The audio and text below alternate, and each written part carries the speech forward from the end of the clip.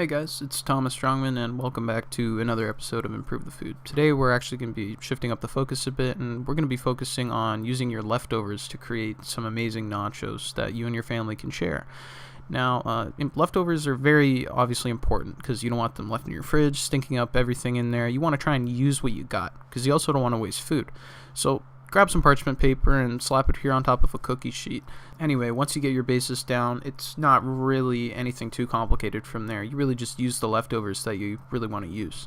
For the purpose of this video today, I'll actually be using chili, which I made a couple days ago, not really for the channel, just for the family.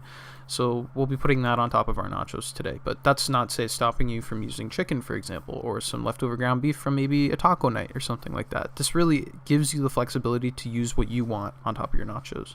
So go heat up whatever you're going to use. If it's meat, I highly recommend heating it up before you put it in the oven because you don't want to cook the meat again. Obviously, it's already cooked. You just want to warm it up and melt the cheese. Obviously, that'll be on top of the nachos. So here in this case, I'm going to be spreading my chili all over the top of my nachos relatively quickly, I would say, and then putting the cheese on top of that. Now, if you're doing chicken, for example, I would try to, say, spread it a bit farther out and maybe add some other stuff, say tomatoes, lettuce, something like that. But for chili, it really just goops up the nachos to begin with entirely. And I really do want to use all the chili that I have left over because there's absolutely no point of having leftovers of your leftovers.